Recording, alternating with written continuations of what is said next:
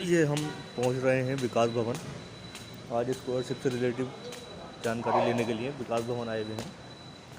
देखते हैं यहाँ क्या। देखिए चल रहे हैं अब हम द्वितीय तल पे आ गए। देखते हैं किधर है। फिलहाल सॉरी।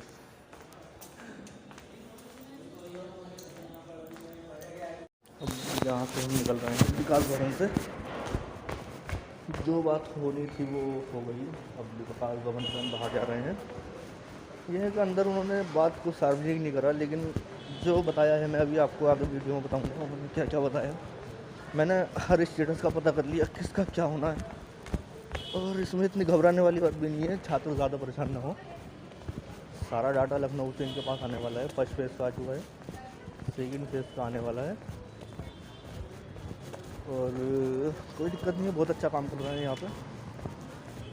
हम जो है बाहर निकल चुके हैं विकास भवन से, और आपको बताएंगे अब क्या करना है।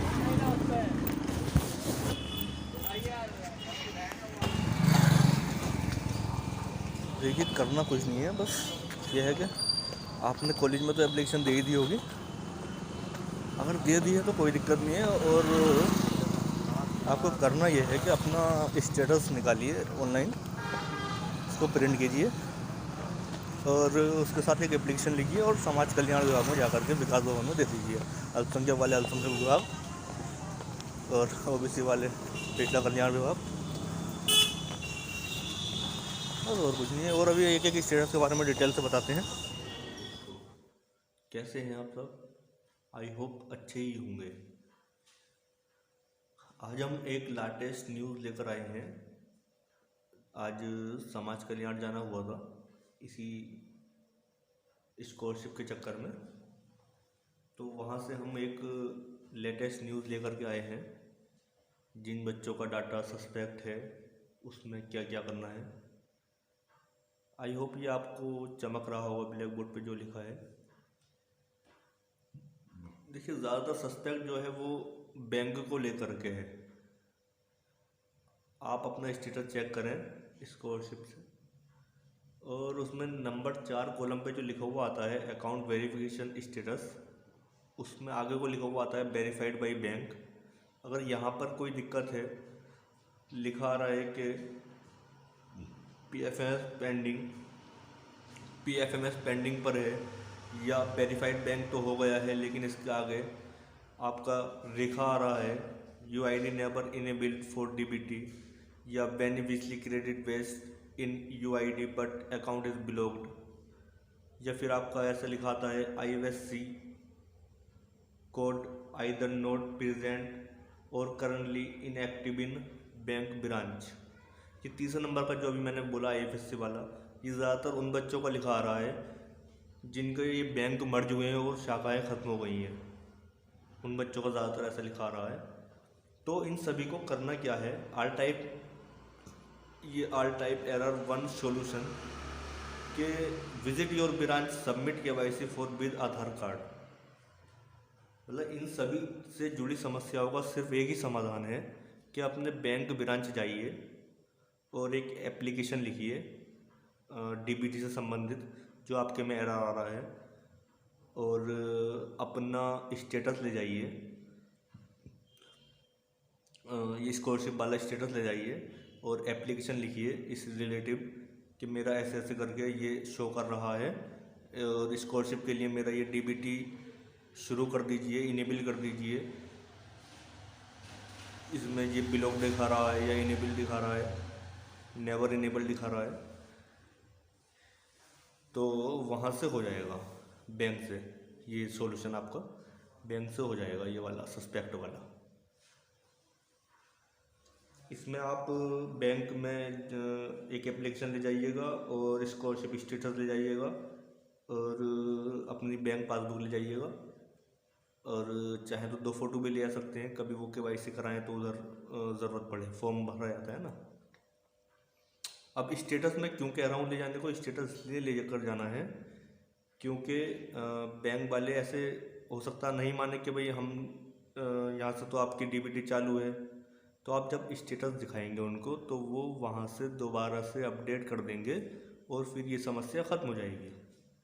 ठीक है, ये तो रही बैंक की बात। अब कुछ ऐसी सस्पेक्ट आ रहे हैं जो आपका समाज कल्याण जाके ही मसला हल होगा।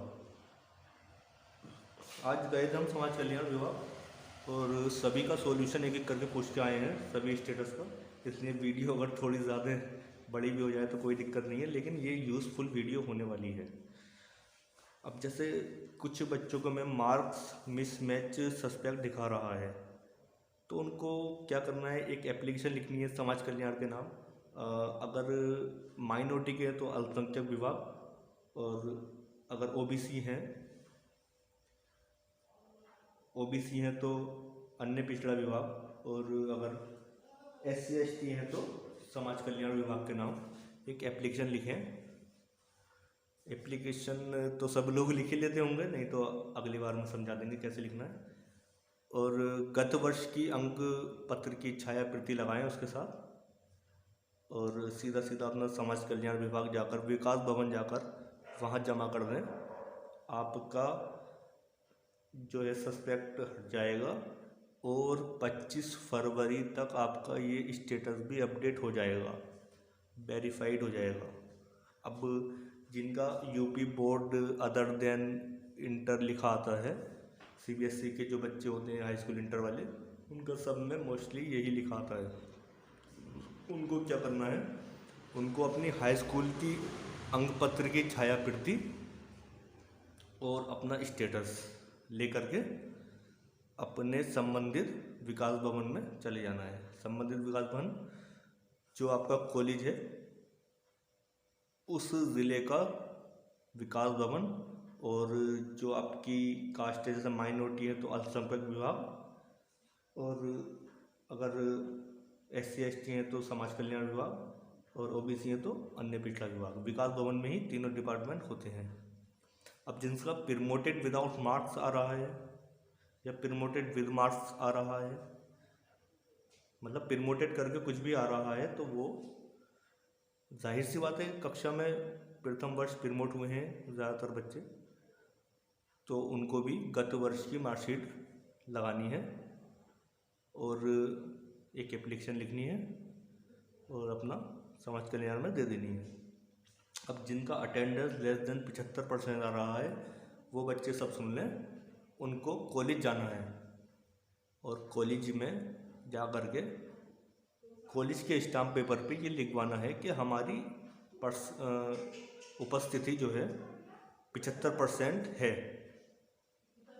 अगर आपकी उपस्थिति 75% है स्कूल में, कॉलेज में, तो वो आपको लिख देंगे अपने स्टाम्प पेपर पर, जो कॉलेज का स्टाम्प होता है उस पर लिख देंगे कि इस बच्चे की उपस्थिति हमारे यहाँ 75% है। उस स्टाम्प पेपर को, उस स्टाम्प पेपर के साथ आपको एक एप्लीकेशन लिखनी है कि मेरे कॉलेज में 75% उपस्थिति है, और जिसके लिए मैं साक्ष्य में ये इसका स्टाम्प पेपर लगा रहा हूँ, और अपना स्कॉलरशिप का स्टेटस लगाएंगे और संबंधित विभाग में चले जाएंगे समाज कल्याण में, विकास भवन में, और वहाँ दे देंगे। ये 25 फरवरी तक आपका सबका अपडेट हो जाएगा स्टेटस, जो सब ये कर लेंगे। अब कॉलेज से कुछ नहीं होना है, कॉलेज से जो होना था वो हो गया। अब डायरेक्ट समाज कल्याण से ही होगा जो भी होगा। ये हम आज गए थे समाज कल्याण, वहाँ से हम पता करके आए हैं, इसलिए इसको हल्के में डालें। जिसका भी स्टेटस सस्पेक्ट में आ रहा है वे सब ये काम कर लें। और एक आता है income certificate duplicate income certificate करके आता है ना, या एक ही फादर के 2 बच्चे हैं तो नाम अलग अलग है फादर का, या दोनों ने यूज़ किया है, तो उसमें ये समस्या आ जाती है। उसका भी सॉल्यूशन हम पूछ के आए हैं आज। उसमें करना ये है, अपना स्टेटस प्रिंट कराना है, अपने भाई या बहन का स्टेटस प्रिंट कराना है, और दोनों के स्टेटस के साथ अपने पिताजी का इनकम सर्टिफिकेट, जिसे आय प्रमाण पत्र कहा जाता है, वो, और उसकी वेरिफिकेशन, ये चारों पिनअप करके अपना भैया समाज कल्याण विभाग चले जाएं और वहाँ दे दें। आपका भी स्टेटस सही हो जाएगा, अपडेट हो जाएगा 25 फरवरी तक। सभी समस्याओं का हल मैंने यहाँ बता दिया है। अगर कोई समस्या इससे अलग है तो आप भैया कमेंट कर सकते हैं, ठीक है। आई होप कि आपको सब समझ आ गया होगा। Okay, thank you.